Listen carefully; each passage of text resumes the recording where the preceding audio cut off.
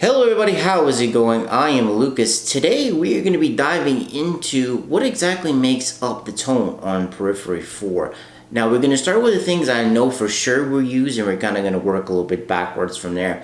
So I definitely know that an Axe 3 was used whenever they recorded the tone. I know that for sure, and I do know the IRs that they used.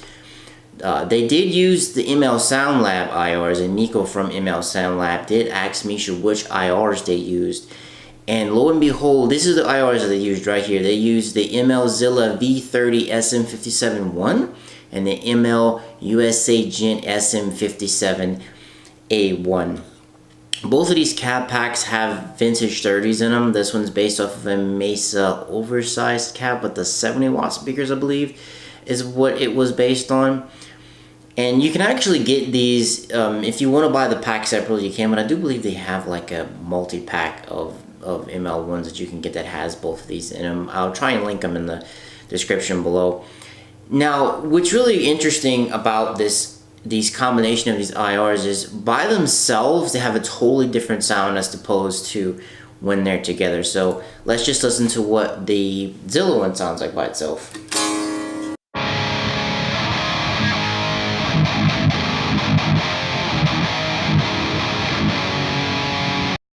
Alright, now let's listen to what the Gent one sounds like by itself.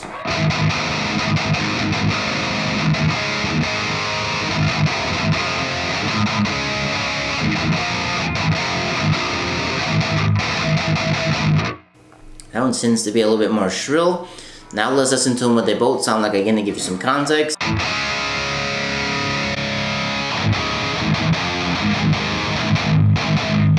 As you can see, they both complement each other pretty well going on there. So like I said, I definitely know these were the exact IRs used, and pretty sure this one had a minus 88 dB on it, which give or take, you can bring it up, and I'm sure it wouldn't make a whole lot of difference. But this is the foundation of this tone, is definitely the IRs. Now, I used for this tone, I used the, it's the 5150 block layer. This is what this particular amp in the Axe 3 is modeled off of. I did that because I know that is one of Misha's favorite amps. I definitely know he used that on P2, I believe they used it on P2. I wanted to say P3, but they used the Harry Brown Eye for that one. He does have a signature amp with PV called the Invective, which is basically a modernized block letter. So there's definitely proof that he does love the block letter, and that's the one I chose it on. And the way I dialed this in is whenever you're trying to look for a tone, you want to know more of the concept as opposed to straight settings, because there's so many different factors that go into getting a tone. What I basically did was I dialed in the amp to how it sounded good for my guitar and for my monitors and for my room specifically for what I was going for. So I went to try and get a very good tone. I jacked up the bass in it because I like a good thick meaty low end. I put a lot of I actually scooped the mids a little bit in here, but if you're going specifically for a Periphery tone, their tone has a lot of mids. Like their tone like thrives on mids. So I just jack up the mids right here and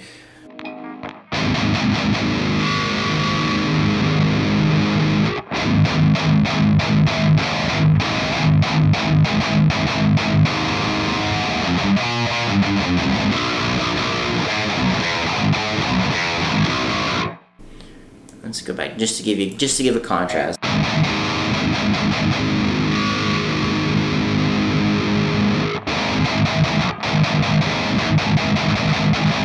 I think actually that's kind of more to the exact Periphery 4 tone if you want to get super technical, because if you listen to that to the mix, it has a ton of mids in there. I usually like to dial them back just a little bit, specifically for my personal taste. I have the volume set at 3, and then another thing that shapes it a lot is going to be the input EQ right here. As you can see, I have a lot of low end right there, and I kind of have a little gentle V going on. A little bit of 8K is jacked up, not too much. You got to be careful right there because it gets a little bit bright.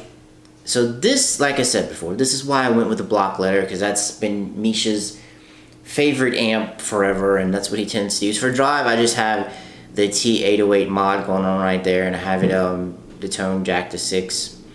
And I played around with the mid EQ a little bit. Once again, this is just, you want to get it out of the concept. The settings, I'm just showing you my settings specifically to if you understand exactly what you heard. I have a gate, the gate's set at 43. You know, you can set that to taste, depends on your guitar and your pickups coming out there. And so, also going back into the cab, I have the preamp set to high quality. I didn't really mess with anything. I think I pulled the high cut up a little bit. I don't even remember if I messed with it. I typically don't mess with those. The room, I have a little bit of room volume, a little bit of room size. I sometimes mess with the air frequency, so I sometimes will jack it out, but I left it alone for this particular IR set. It's give or take. It's really up to you. Another cool feature in the 3 is you can align. Specifically, if you have 2 different IRs, you can align them. But since these are both shot by Miko at ML Sound Lab, they're aligned and they're fine. So if you were mixing 2 of them, you can kind of go in there and line it up. Overall, that's basically the Periphery tone P4 in a nutshell that I could decipher when I was going through. But like I said, the foundation of this is definitely in the IRs. And another key thing that you have to keep in mind too is its picking. A lot of the gent, I say that begrudgingly, the gent style, it comes from picking. So you have to pick pretty forcefully to get that nice good tone to shine through. So for example, if you're light picking like this,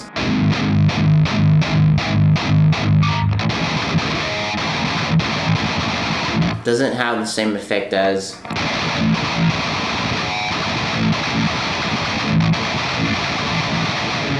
sorry about all that noise in there, but you have to pick very forcefully, and it sounds a lot better whenever you're recording. You have to pick forcefully to get it to come through. And specifically for Periphery's tone, the bass guitar itself shines a lot through, and it helps cement the bass tone a lot, because what they do a lot in their bass is they'll jack up the 750. I know they've done that on a few albums, and it helps it really gel really tight with the guitar. And Periphery's guitar tone by itself, I mean, you know, whenever you have tone on an album, it goes through a mix and it's blending in with different things, so it kind of gets shaped a little bit differently.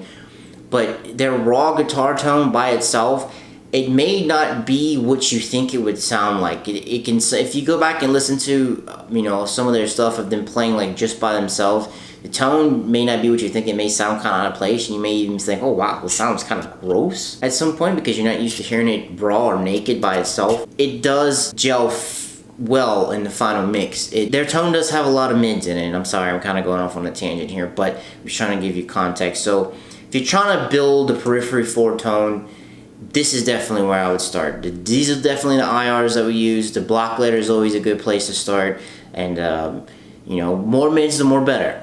That usually ends up doing pretty well for their tone. Well, that is going to wrap it up for me exploring the tone of Periphery 4. If you have any questions, any comments, definitely let me know in the comments down below. If you know any more information of stuff that they use, definitely let me know in the comments down below, and I can pin it so that way we can have a one central place to find out Periphery 4's tone. Alright guys, that's going to end it for me. I'm going to have to be out. Peace.